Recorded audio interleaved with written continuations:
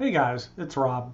I told you I would do a review of the Kodak PixPro SP360 camera that I recently purchased, and I've finally had a chance to get out and do a little bit of testing. Still trying to learn how to use the application that Kodak puts out.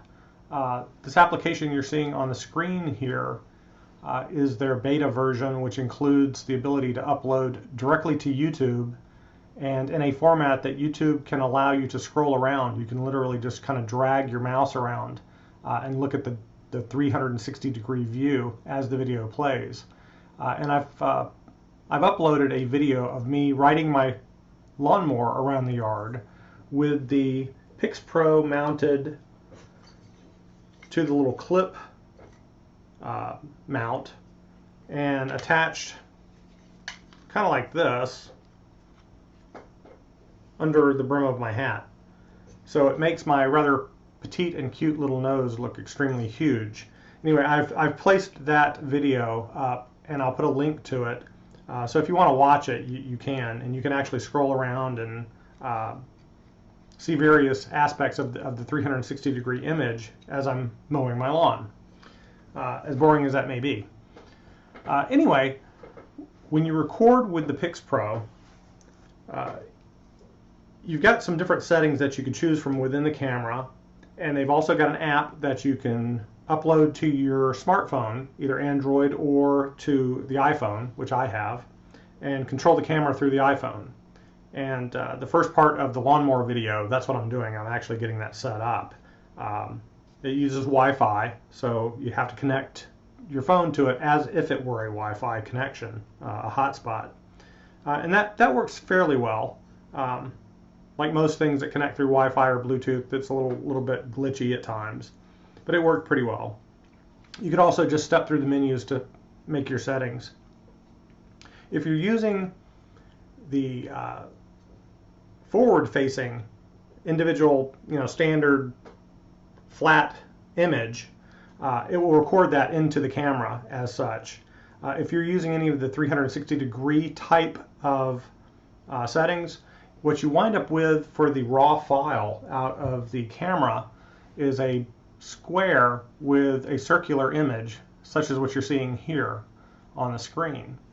And you open it up in this program to then do what they call unfolding. And you can unfold it into like a 2-up type format, a quad format. You can look at it as a dome or a ring. And depending on how you have your camera set, you can see that I'm upside down here. You can tell it that, oh, I had the camera upside down and it was hanging down kind of like a ceiling type security camera in an department store might be. And you can kind of scroll around these things like such. You can kind of zoom into them a little bit depending on which settings you have chosen, and you can recenter it. You can move it to the right, to the left, whatever. You can even have it automatically kind of scroll. And what's kind of cool is you can actually export the film with it kind of scrolling around. And for that one, it's not so great. But if you look at it like this, and then you kind of zoom in a bit, it kind of makes for an interesting view. You can also do the same thing for the 360-degree panorama. And I did that with a video I made at my in-laws' house yesterday. The family was over there, and everybody was sitting around. And I set the camera on a table, and I've got my video set so that it kind of scrolls like this, and it actually kind of looks kind of interesting. You could do the same thing with a ring view, and if that's making you dizzy, I can stop the automatic scrolling. But see, you could turn it whichever way, or you can have it in a dome setting and twist that around however you want to see it. But yeah, the downsides to this are, in order to export whatever format, whatever layout, whatever unfolding setup you want, you literally have to re-record the original data into a new file. So if you've got a 10-minute long video, you've got to re-record for 10 minutes to get that into the new format, whatever that may be, your 2-up, your 16:9, or whatever. Again, if you record in a 16:9 or 4:3 format within the camera, it will export it directly, or the camera itself will crop the image to only that view, whatever you've got it set to, and you'll have your video ready to go. So as a vlogging cam, motorcycle vlogger cam, if you were to have this like mounted to your helmet, God forbid, because it's very heavy, you could do your moto vlogging and have your standard 16:9 view of what's in front of you come out right from the camera. But if you're doing anything else with it, you're going to have to use the software, unfold it, re-record it, and export it before you can use it. Which, you know, that can be a pain in the ass, right? And the application is a little bit of a pain to figure out. I made about 5 or 6 upload attempts to YouTube before I finally got one that actually worked. For some reason, it was only exporting a very small 5 meg file that was garbage. They've got this software for both Windows and for Mac. I'm using the Mac version here. The Windows version is just about as bad. It looks almost identical, by the way. They have a non-beta version which does not include the YouTube export. Other than that, it's virtually identical.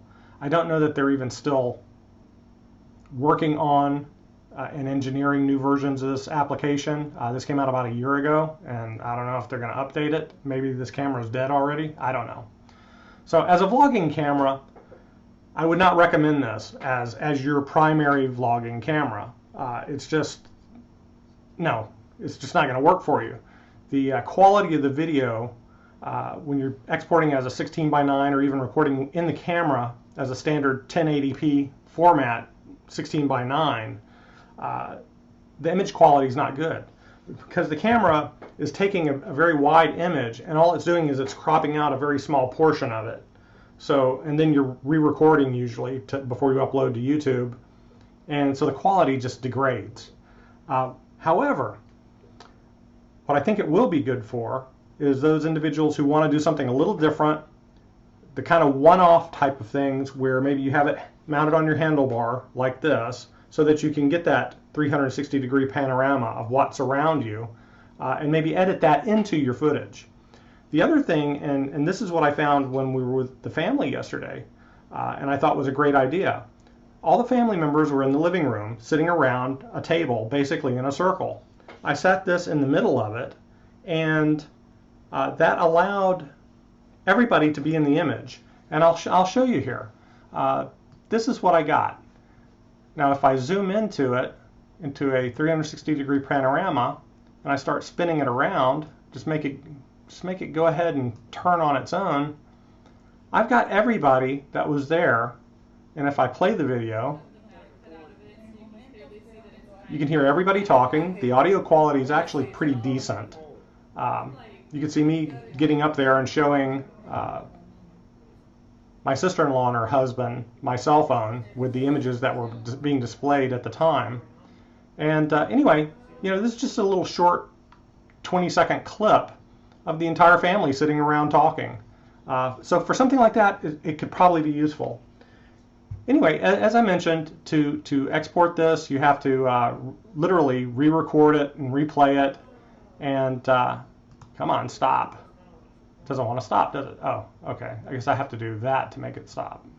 Yeah, there we go. Anyway, I've got a couple of little samples here, which I'll play for you now, just very briefly, just to kind of show you what you can't export from this. And I do have my motorcycle vlog? No, my lawnmower vlog in the yard uploaded in full 360, so you can kind of see what that looks like on YouTube and spin around if you want to. Anyway, here is the family in a ring unfolded format. And again, you don't have to have it spinning like this. I just thought it kind of added some uniqueness to it, so I let it spin around.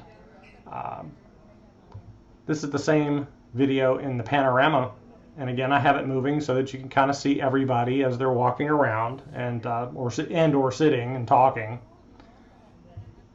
This is part of my lawnmower vlog, and this one I didn't think it came out too well because I have it mounted on the brim of my helmet, or brim of my baseball cap, I should say, my hat. it really distorted everything, and that one I didn't like the way that one came out. This is a 2-up version of the same thing, where you can see in front and behind. So you can see my rather large proboscis, and you can see in front of me as I'm getting started there. A little further on into this video, it looks a little better as I'm actually mowing around my yard. Again, you can see in front and behind. Probably not great the way I have it set up on my hat, but yeah, you know, you could do it if you wanted to. And this is a quad view of the same thing again. And if I jump a little forward, so you can actually see around the yard. It can make you dizzy if you're not careful. And the last one, again, a ring type output. So, I mean, there's a variety of outputs that you can make with this, and like I said, it would not be a great camera as your primary motovlogging camera. And again, it's very heavy compared to the GoPro Hero Black. It's at least twice the weight. I haven't weighed it, but just holding it in my hands, it's 2 to 3 times heavier than the Hero. At least twice as heavy. And you can see the size is relatively the same. Now they do say you can get about 2 hours to 3 hours worth of battery life out of it, so that's a good thing. Again, I don't think I would use it as a primary camera for motovlogging. It would not be a primary camera for anything, in my opinion. But for those one-off situations, like I say, when you've got a group of friends, maybe a group of motovloggers meeting up, and you want to kind of capture everybody and everything that's going on, sit that down in front of you. You know, have your group around, maybe drinking beers after the ride, and while you're talking, and it captures everybody. It captures the audio, and for those one-off type situations, yeah, okay, it's an okay camera. For $200, not bad. I would not have paid the $350 for it, which is what Kodak, the full retail on it is supposed to be. You can find a lot of sellers selling them for $250 for the package that I got. I would not pay that either. $199, I think is still a little high for this, but I guess within the realm of what action cameras generally are going for.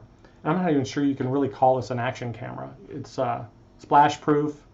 It does come with a housing to help protect it, and you can get a kit that has the underwater housing if you want to go diving with it. But I don't know why you'd want to do that. Everything would be so far away unless you were like right up close. I guess if Jaws was about to eat you, this would be a great camera to show Jaws munching your head or munching your leg off. But other than that, I just don't see it.